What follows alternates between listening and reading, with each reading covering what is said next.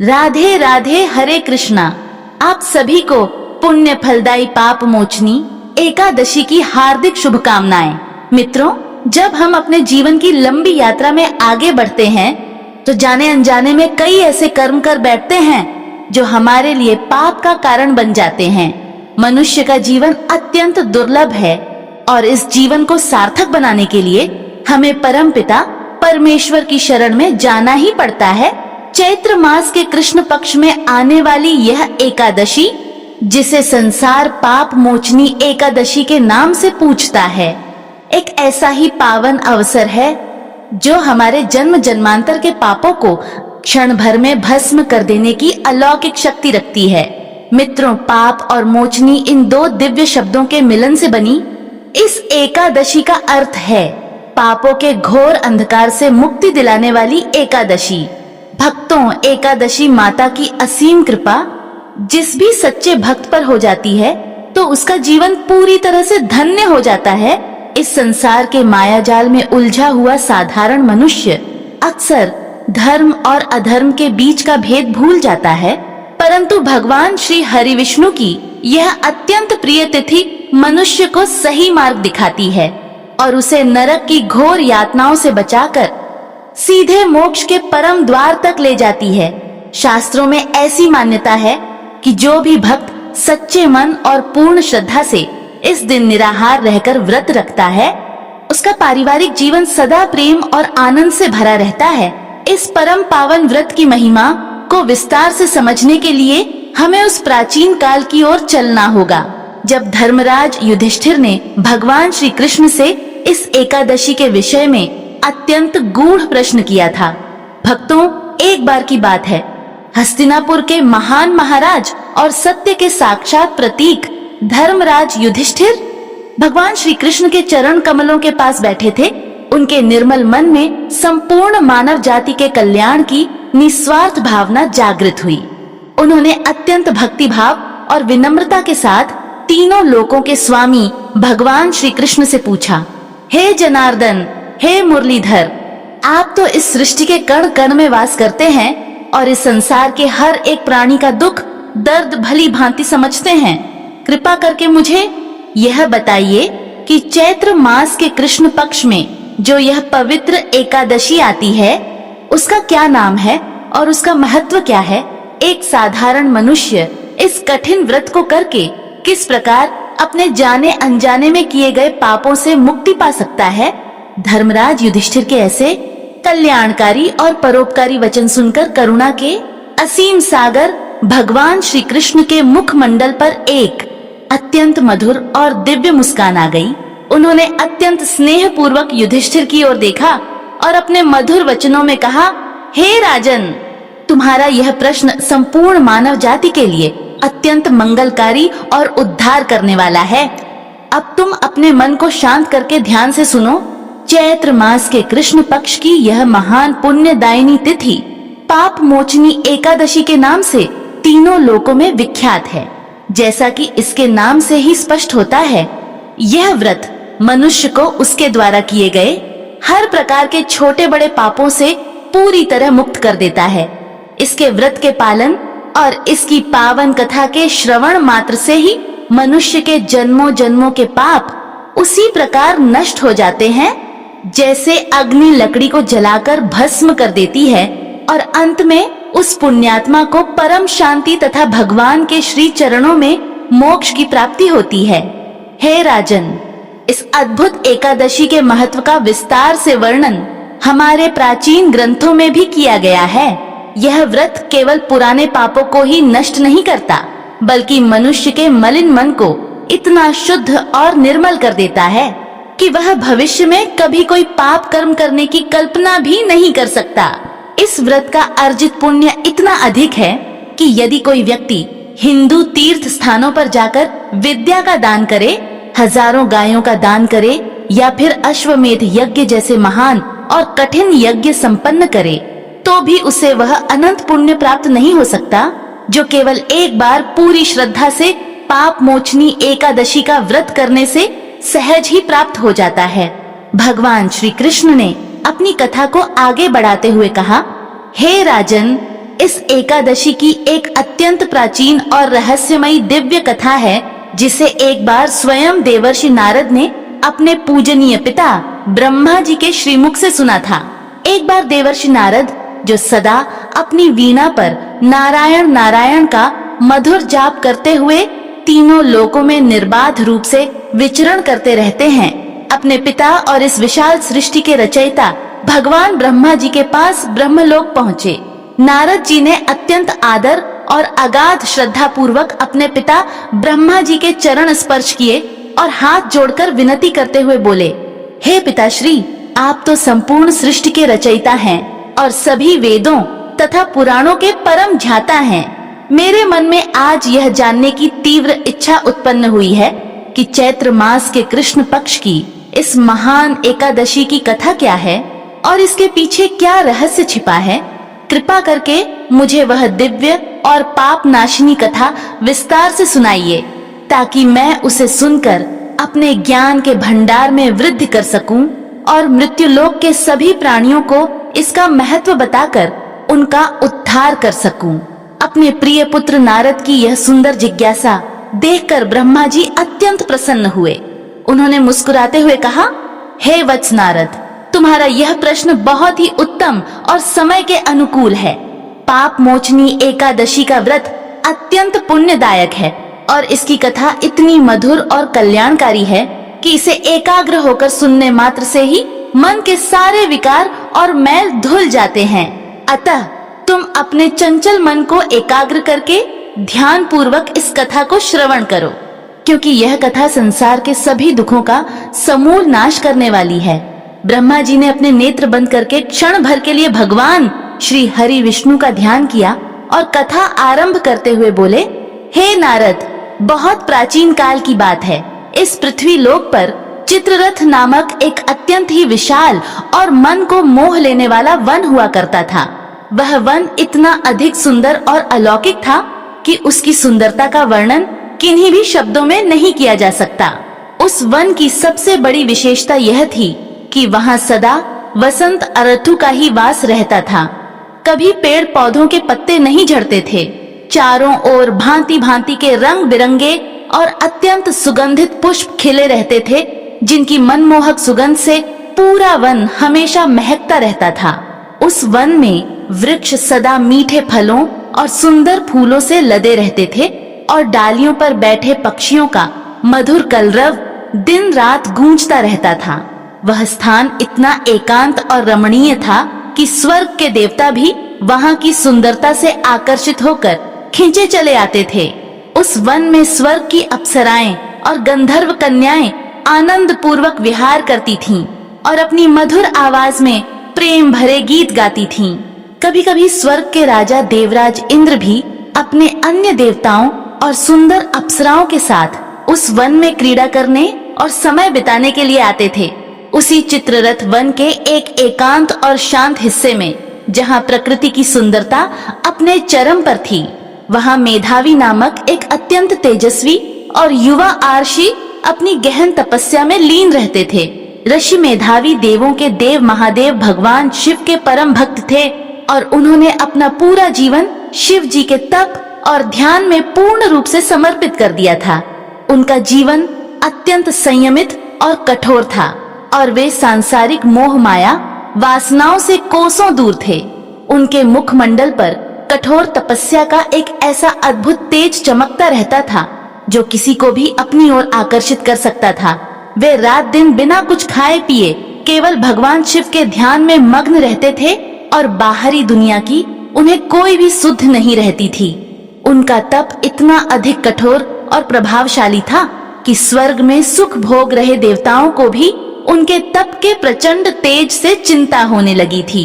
देवताओं को यह भय सताने लगा कि कहीं यह युवा आशी अपने इस घोर तप के बल से भगवान शिव से कोई ऐसा विशेष वरदान प्राप्त न कर ले जिससे स्वर्ग लोक पर उनका अधिकार हो जाए। इसलिए देवराज इंद्र और अन्य सभी देवताओं ने मिलकर महर्षि मेधावी की इस कठोर तपस्या को किसी भी प्रकार से भंग करने का निश्चय किया। उन्होंने कामदेव को अपने पास बुलाया और उन्हें यह अत्यंत महत्वपूर्ण कार्य सौंपा कि वे किसी भी प्रकार से आर्षि मेधावी के मन में काम वासना जागृत करके उनकी तपस्या को भंग कर दें। कामदेव, जो संपूर्ण ब्रह्मांड में प्रेम और वासना के देवता माने जाते हैं, उन्होंने इंद्र का आदेश पाकर अपने सबसे अचूक अस्त्रों को साथ लिया और स्वर्ग की सबसे सुंदर और अत्यंत आकर्षक अप्सरा मंजू घोषा को भी अपने साथ उस रमणीय चित्ररथ वन की ओर ले चले, जहां आर्षि मेधावी भगवान शिव के ध्यान में पूरी तरह से लीन थे। जब कामदेव और अप्सरा मंजू घोषा उस वन में पहुँचे तो उन्होंने देखा कि महर्षि मेधावी एक अत्यंत शांत और नीरव स्थान पर बैठे हुए हैं और उनका ध्यान इतना गहरा है कि उनके आसपास की किसी भी हलचल का उन पर कोई प्रभाव नहीं पड़ रहा है। उनके चेहरे पर जो अलौकिक तेज था वह साक्षात कामदेव के लिए भी अत्यंत आश्चर्यजनक था। आर्षि ने अपने शरीर पर यज्ञोपवीत और दंड धारण कर रखा था और वे साक्षात एक दूसरे कामदेव के समान ही युवा और अत्यंत रूपवान प्रतीत हो रहे थे।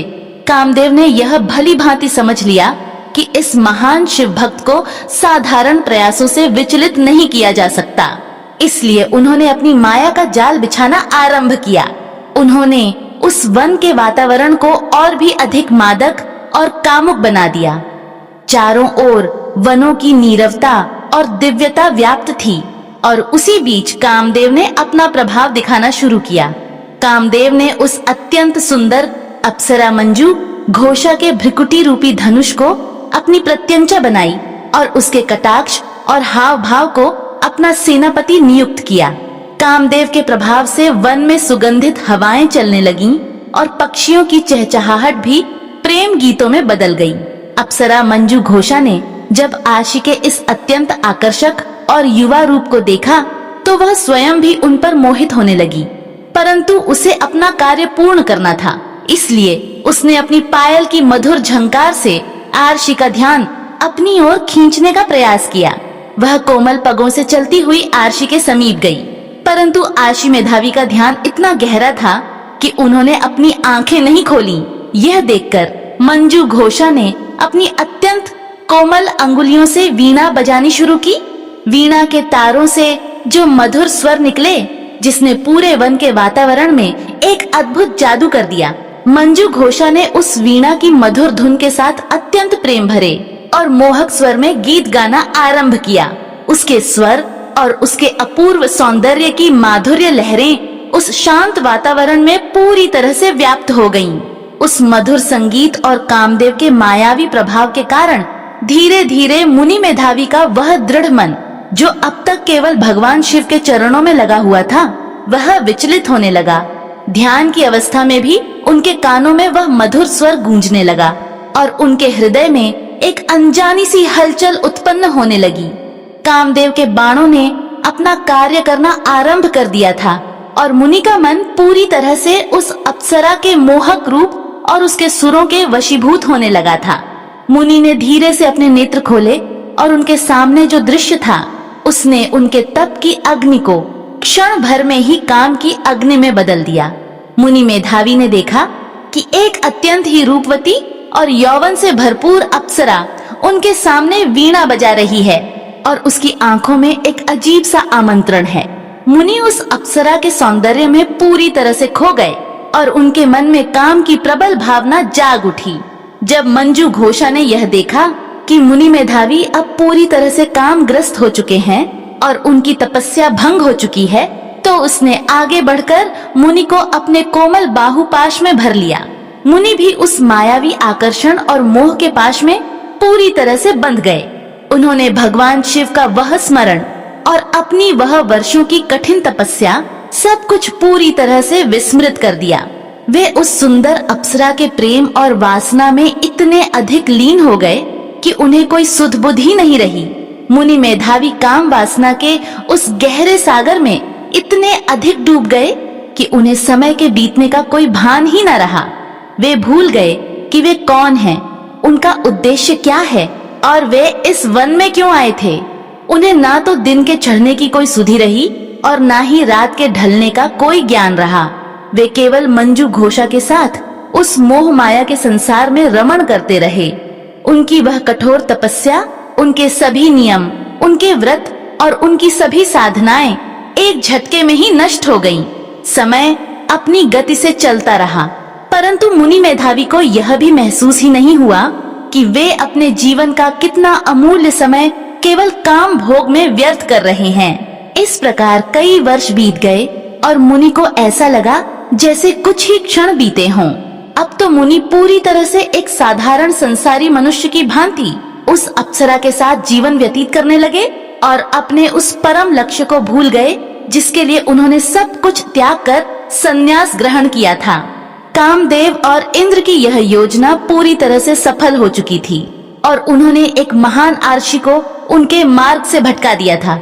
मुनि मेधावी और स्वर्ग की वह अत्यंत रूपवती अप्सरा मंजू घोषा उस रमणीय चित्ररथ वन में एक दूसरे के प्रेम और वासना में इतने अधिक लीन हो गए कि उन्हें बाहरी संसार का तनिक भी भान नहीं रहा। मुनि जो कभी केवल भगवान शिव के कठोर ध्यान में मग्न रहते थे, अब पूरी तरह से एक साधारण और कामी पुरुष की भांति उस अप्सरा के मोह पाश में बंध चुके थे। समय अपनी तीव्र गति से निरंतर आगे बढ़ता जा रहा था और उस वन के बाहर आरतुएं बदल रही थीं। युग बीत रहे थे, परंतु कामदेव के मायावी प्रभाव और उस अप्सरा के रूप जाल में फंसे मुनि को ऐसा प्रतीत हो रहा था जैसे वे अभी कुछ ही क्षणों से उसके साथ हैं। मुनि ने अपनी सुध बुद्ध पूरी तरह से खो दी थी। उनकी वर्षों की कठोर तपस्या, उनके सारे नियम व्रत और उनकी सभी सिद्धियां उस वासना की अग्नि में जलकर राख हो रही थीं। उनके मुखमंडल पर जो कभी साक्षात सूर्य के समान अलौकिक तेज चमकता था, वह अब धीरे धीरे मलिन और क्षीण होने लगा था, क्योंकि तपस्या के बिना शरीर का दिव्य तेज कभी स्थिर नहीं रह सकता। परंतु मुनि इन सब बातों से पूरी तरह अनजान केवल सांसारिक सुखों को भोगने में लगे हुए थे। इस प्रकार एक दूसरे के साथ रमण करते हुए उन्हें कई वर्ष और कई युग बीत गए। अप्सरा मंजू घोषा, जो स्वर्ग से केवल मुनि का तप भंग करने के उद्देश्य से आई थी, अब उस वन में रहते रहते अत्यंत ऊब चुकी थी। उसका कार्य बहुत पहले ही पूर्ण हो चुका था और अब वह वापस अपने स्वर्ग लोक लौटना चाहती थी, जहाँ उसके अन्य गंधर्व और अप्सरा मित्र उसका प्रतीक्षा कर रहे होंगे।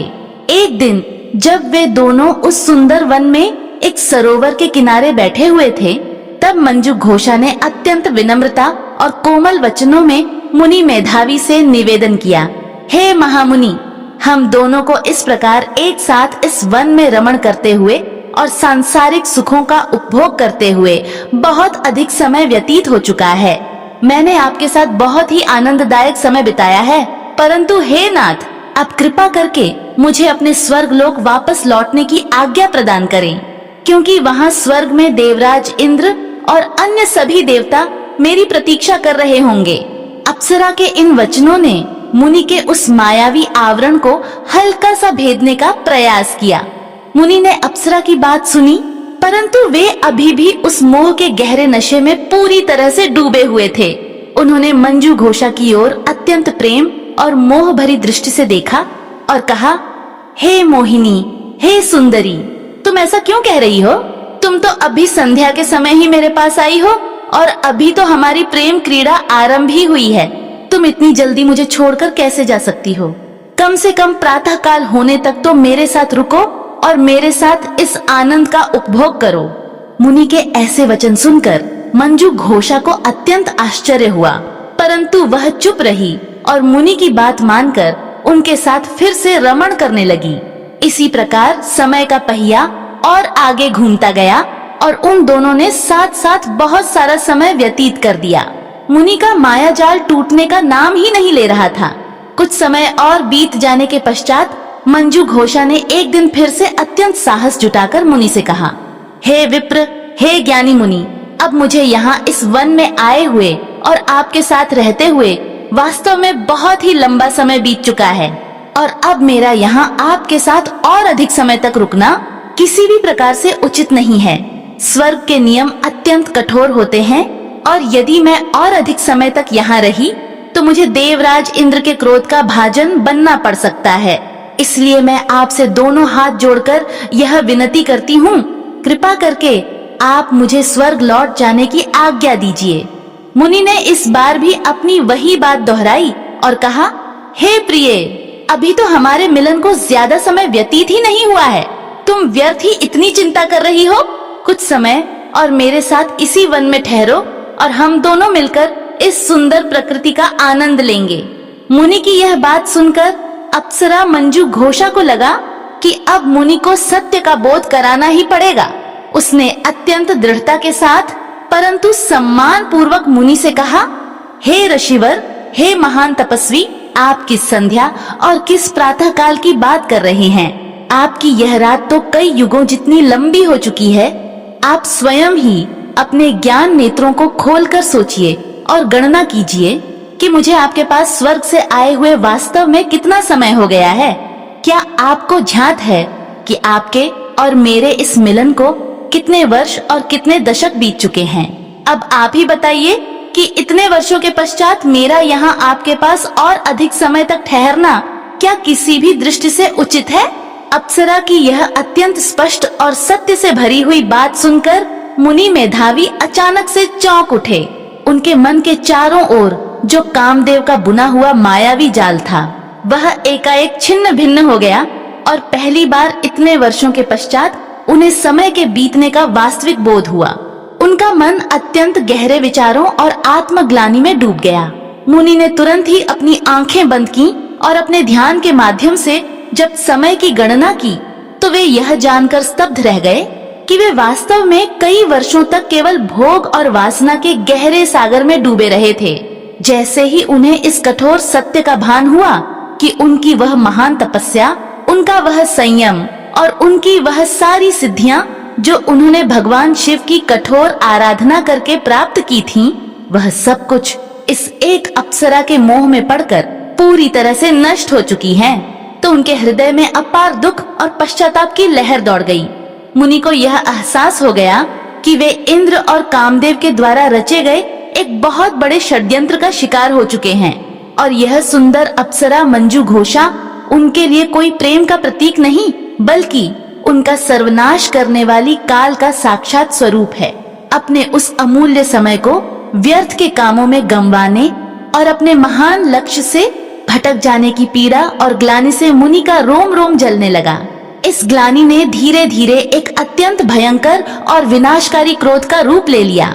मुनि मेधावी का वह चेहरा जो अभी तक वासना और प्रेम में डूबा हुआ था, वह अब अपार क्रोध और तेज से दमकने लगा। उनके नेत्रों से मानो क्रोध की अग्नि बरसने लगी। अब वह उस भयंकर और प्रचंड क्रोधाग्नि में जलते हुए उस तप का नाश करने वाली अप्सरा मंजू घोषा की तरफ अपनी भ्रिकुटी तानकर अत्यंत भयानक दृष्टि से देखने लगे। क्रोध के कारण उनके अधर बुरी तरह से कांपने लगे थे और उनकी अपनी इंद्रियों पर से जो थोड़ा बहुत नियंत्रण बचा था, वह भी बेकाबू होने लगा। मुनि ने अपने क्रोध से थर थर कांपते हुए और अत्यंत ऊंचे स्वर में उस अप्सरा से कहा, अरे मेरे वर्षों के कठोर तप को एक पल में नष्ट करने वाली दुष्टा, तू कोई अप्सरा नहीं बल्कि एक महापापिनी और अत्यंत दुराचारिणी स्त्री है। तूने छल से मेरे जीवन की सबसे बड़ी पूंजी, मेरा तप मुझसे छीन लिया है। तुझ जैसी पापिनी पर अनंत धिक्कार है।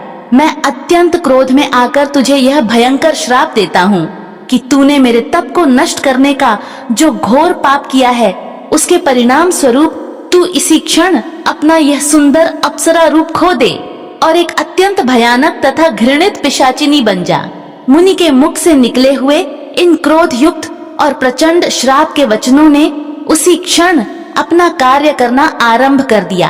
वह अत्यंत सुंदर और रूपवती अप्सरा मंजू घोषा मुनि के श्राप के प्रभाव से देखते ही देखते एक अत्यंत भयावह और कुरूप पिशाचिनी के रूप में बदल गई। उसका वह अलौकिक और मोहक सौंदर्य जो कामदेव का सबसे बड़ा अस्त्र था, वह क्षण भर में ही विकृत और डरावने रूप में परिवर्तित हो गया।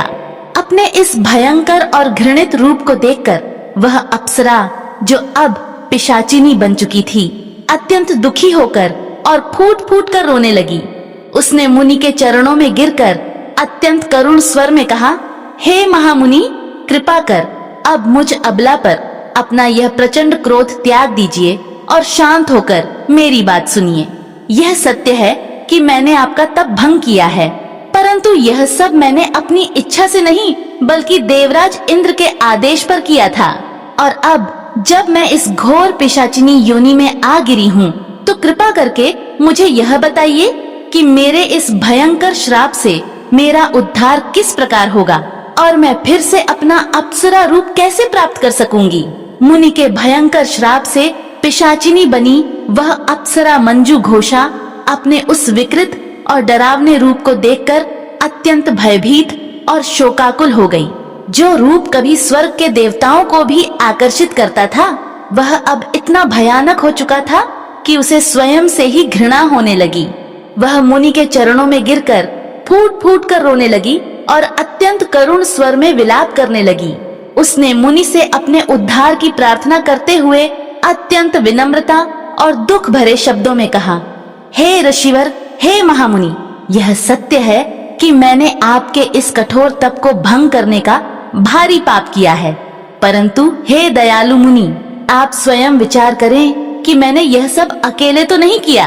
देवराज इंद्र के आदेश पर मैं यहाँ आई थी और कामदेव के प्रभाव से हम दोनों ही उस मोह और वासना के जाल में बंध गए थे।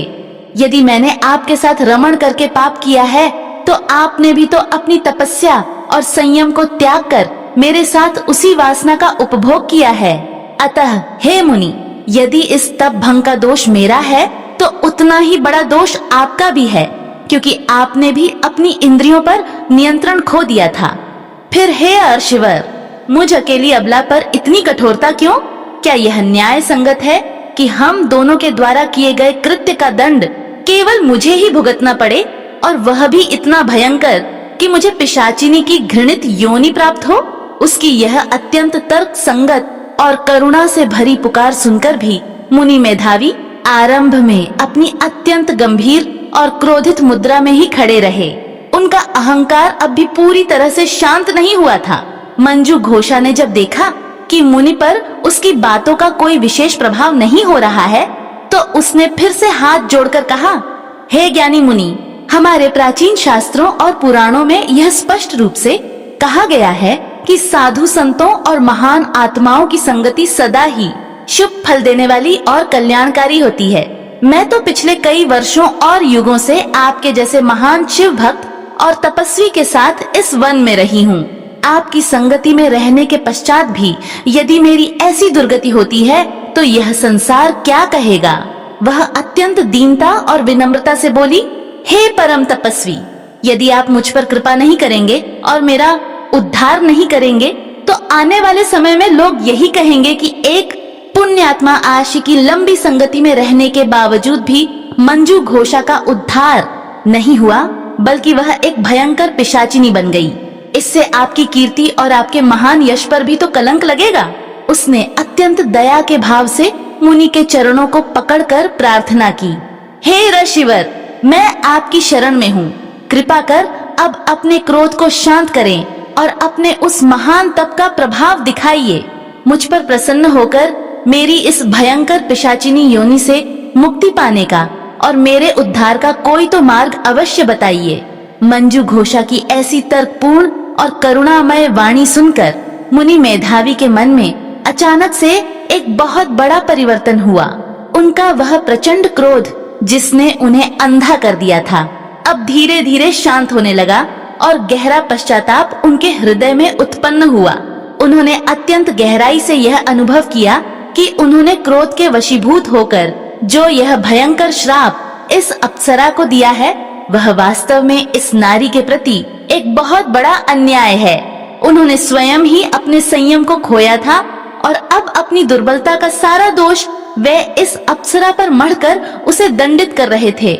मुनि को यह भी भान हुआ कि उनके इस अन्यायपूर्ण श्राप से उनकी स्वयं की कीर्ति और उनका मान सम्मान भी हमेशा के लिए कलंकित हो सकता है। अतः मुनि के हृदय में उस पिशाचिनी बनी मंजू घोषा के प्रति दया और करुणा की एक अत्यंत पवित्र भावना जागृत हुई। मुनि ने अपने मन को पूरी तरह से शांत किया और करुणा से प्रेरित होकर उस पिशाचिनी बनी मंजू घोषा से अत्यंत कोमल और शांत स्वर में कहा, हे मंजू घोषा, यद्यपि तूने मेरे उस महान तप का नाश करके मुझे जीवन का सबसे बड़ा दुख और संताप दिया है, जिसके कारण मैं अपने परम लक्ष्य से पूरी तरह भटक गया, किंतु फिर भी मैं अब अपने क्रोध को त्याग कर तुझ पर दया करता हूँ, क्योंकि तू मेरी शरण में आई है और तूने सच्चे मन से अपने किए गए कर्मों का पश्चाताप किया है। इसलिए मैं तुझे इस भयंकर पिशाचिनी योनि से और इस कठोर श्राप से हमेशा के लिए मुक्ति पाने का एक अत्यंत अचूक और पावन मार्ग बतलाता हूँ। तू इसे पूरे ध्यान और श्रद्धा से सुन। मुनि ने उसे उपदेश देते हुए कहा, हे मंजू घोषा, चैत्र मास के कृष्ण पक्ष की जो अत्यंत पावन और महान एकादशी आती है, तीनों लोकों में उसे पाप मोचनी एकादशी के नाम से जाना जाता है। यह एकादशी भगवान श्री हरि विष्णु को अत्यंत प्रिय है और इसका व्रत करने से बड़े पाप भी क्षण भर में उसी प्रकार नष्ट हो जाते हैं जैसे सूर्य के उदय होने से घोर अंधकार मिट जाता है। यह व्रत अत्यंत पुण्यदायक और समस्त प्रकार के पापों से मोक्ष दिलाने वाला है। यदि तू पूर्ण श्रद्धा, निर्मल मन और कठोर नियम पूर्वक इस महान पाप मोचनी एकादशी का व्रत करेगी और भगवान नारायण का ध्यान करेगी, तो तेरी इस भयंकर और घृणित पिशाचिनी योनि से निश्चित रूप से मुक्ति हो जाएगी और तू पुनः अपना वह सुंदर अप्सरा रूप प्राप्त कर लेगी। इतना कहकर मुनि मेधावी ने मंजू घोषा को उस महान व्रत का पूरा विधि विधान अत्यंत विस्तार से समझा दिया।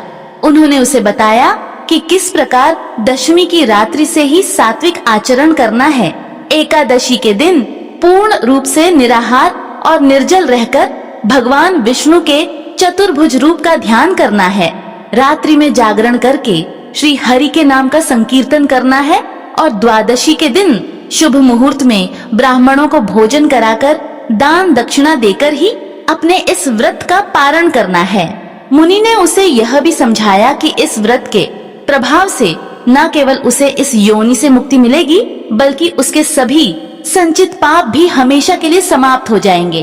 पिशाचिनी बनी मंजू घोषा को उसके उद्धार का यह अचूक मार्ग बताने के पश्चात मुनि मेधावी को स्वयं अपने ही किए गए पाप का अत्यंत गहरा बोध सताने लगा।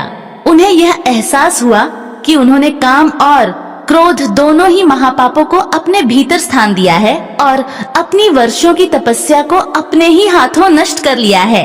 अपने इसी महान पाप का प्रायश्चित करने और स्वयं को पुनः पवित्र करने के उद्देश्य से मेधावी उस चित्ररथ वन को हमेशा के लिए त्याग कर सीधे अपने परम ज्ञानी और पूजनीय पिता च्यवन आशी के आश्रम की ओर चल पड़े, ताकि वे उनके मार्गदर्शन में पुनः तपस्या कर सकें और अपने खोए हुए तेज को प्राप्त कर सकें। अब मुनि का मन अत्यंत ग्लानि से भरा हुआ था, परंतु उन्हें यह विश्वास था कि उनके पिता अवश्य ही उन्हें इस घोर अंधकार से बाहर निकालने का कोई मार्ग दिखाएंगे। मुनि मेधावी भारी कदमों और अत्यंत ग्लानि से भरे हृदय के साथ अपने परम ज्ञानी और तपस्वी पिता महर्षि च्यवन के पवित्र आश्रम में पहुँचे। आश्रम का वातावरण अत्यंत शांत और दिव्यता से परिपूर्ण था, परंतु मुनि मेधावी का मन अत्यंत अशांत और व्याकुल था। जब महर्षि च्यवन ने अपने पुत्र मेधावी को अपने समक्ष इस अत्यंत दयनीय अवस्था में खड़ा देखा, तो वे एक क्षण के लिए स्तब्ध रह गए। महर्षि च्यवन जो त्रिकालदर्शी थे, उन्होंने अपने पुत्र के मुखमंडल पर छाई हुई उस गहरी मलिनता और उस तेजहीनता को तुरंत ही स्पष्ट रूप से देख और पहचान लिया। जो कभी साक्षात सूर्य के समान दमकता था, वह तेज अब पूरी तरह से क्षीण हो चुका था। महर्षि च्यवन ने अत्यंत गंभीर और चिंता भरे स्वर में अपने पुत्र से पूछा, हे वत्स, ऐसा क्या अनर्थ कर दिया है तूने, जिसके कारण तेरा वह अत्यंत कठोर और महान तप पूरी तरह से नष्ट हो गया है और तेरा वह अलौकिक तेज भी इस प्रकार से क्षीण और मलिन हो गया है? क्या तूने किसी महान अपराध को जन्म दिया है या तू किसी भयंकर मोह माया के जाल में फंस गया है? पिता के इन सत्य और मर्म भेदी वचनों को सुनकर मुनि मेधावी अत्यंत लज्जा और संकोच में डूब गए। उनका सिर आत्मग्लानि के भारी बोझ से अपने आप ही नीचे झुक गया और वे अत्यंत क्षीण और कांपते हुए स्वर में बोले, हे पिताश्री, हे परम ज्ञानी महर्षि, मैंने सचमुच एक अत्यंत भारी और क्षमा न करने योग्य पाप किया है।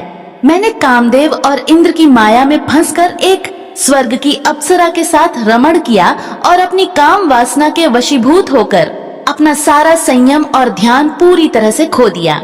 इसी घोर मोह और वासना के कारण मेरा वह महान तप और मेरा वह अलौकिक तेज मुझसे हमेशा के लिए छिन्न गया है। इसके पश्चात जब मुझे अपनी भूल का भान हुआ तो मैंने क्रोध में आकर उस अप्सरा को पिशाचिनी होने का भयंकर श्राप भी दे दिया, जिससे मेरे पापों का बोझ और भी अधिक बढ़ गया है।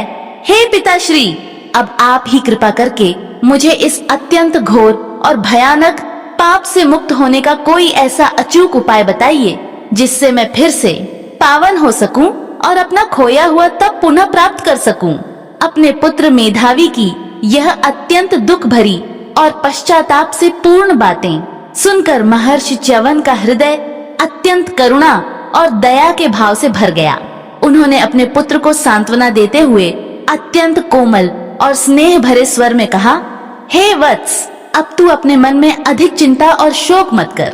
इस संसार में प्रत्येक बड़े से बड़े पाप का प्रायश्चित संभव है यदि मनुष्य सच्चे मन से और पूरी श्रद्धा के साथ भगवान की शरण में जाए। तुम इस समय अत्यंत सौभाग्यशाली हो, क्योंकि चैत्र मास के कृष्ण पक्ष में आने वाली वह अत्यंत महान और पुण्यदायिनी पाप मोचनी एकादशी का अत्यंत पावन समय निकट ही आ रहा है। तुम पूरे विधि विधान और सच्ची श्रद्धा पूर्वक इस पाप मोचनी एकादशी का निराहार रहकर व्रत करो। इस महान एकादशी के प्रभाव से तुम्हारे द्वारा काम और क्रोध के वशीभूत होकर के गए वे समस्त पाप पूरी तरह से नष्ट हो जाएंगे और तुम्हें भगवान श्री हरि विष्णु की कृपा से पुनः अपना वह अलौकिक तप और तेज की प्राप्ति होगी। अपने पूजनीय पिता महर्षि च्यवन के इन कल्याणकारी उपदेशों को अत्यंत श्रद्धा पूर्वक ग्रहण कर मुनि मेधावी ने चैत्र मास की उस महान पाप मोचनी एकादशी का पूरे विधि विधान के साथ उपवास और भगवान श्री हरि का पूजन संपन्न किया। इस महान व्रत की अलौकिक शक्ति से उनके वे समस्त भयंकर पाप उसी क्षण नष्ट हो गए और उनका खोया हुआ वह दिव्य तेज तथा महान तप पुनः उनके पास लौट आया। उधर उस रमणीय चित्ररथ वन में पिशाचिनी बनी उस मंजू घोषा अप्सरा ने भी मुनि मेधावी के बताए अनुसार अत्यंत श्रद्धा और कठोर नियमों के साथ इस पाप मोचनी एकादशी का निराहार व्रत किया और भगवान विष्णु का रात भर जागरण कर ध्यान किया, जिसके फल स्वरूप वह उस भयंकर और घृणित पिशाचिनी योनि से हमेशा के लिए मुक्त हो गई और पुनः अपना वह अलौकिक और दिव्य सौंदर्य प्राप्त कर अत्यंत प्रसन्नता पूर्वक अपने स्वर्ग लोक को लौट गई। तब लोमश मुनि ने राजा से कहा, हे राजन, यह पाप मोचनी एकादशी अत्यंत पुण्यदायिनी और महान है। इसके पूर्ण निष्ठा और श्रद्धा से किए गए व्रत से मनुष्य के जन्म जन्मांतर के भीषण और कठोर पाप भी पूरी तरह से नष्ट हो जाते हैं। इस पावन व्रत की कथा को केवल सच्ची श्रद्धा से सुनने और पढ़ने मात्र से ही मनुष्य को सहस्त्र गोदान के बराबर अत्यंत महान फल प्राप्त होता है। यहाँ तक कि जो मनुष्य ब्रह्म हत्या, स्वर्ण चोरी, मद्यपान अथवा परस्त्री गमन जैसे घोर और भयंकर पापों से ग्रसित हैं, वे भी यदि सच्चे मन से इस महान व्रत का पालन करें तो वे सभी पाप मुक्त होकर अपने जीवन के अंत में भगवान श्री हरि विष्णु के परम धाम स्वर्ग लोक को प्राप्त होते हैं। अतः हे प्रियजनों, जो भी मनुष्य अपने जीवन में श्रद्धा और विधि पूर्वक इस पाप मोचनी एकादशी का व्रत करेगा, उसके जीवन के समस्त पाप बिना किसी संदेह के हमेशा के लिए नष्ट हो जाएंगे और वह पुण्य का महान भागी बनेगा। कथा समाप्त हुई। प्रेम से बोलिए एकादशी माता की जय। जय श्री राधे कृष्णा।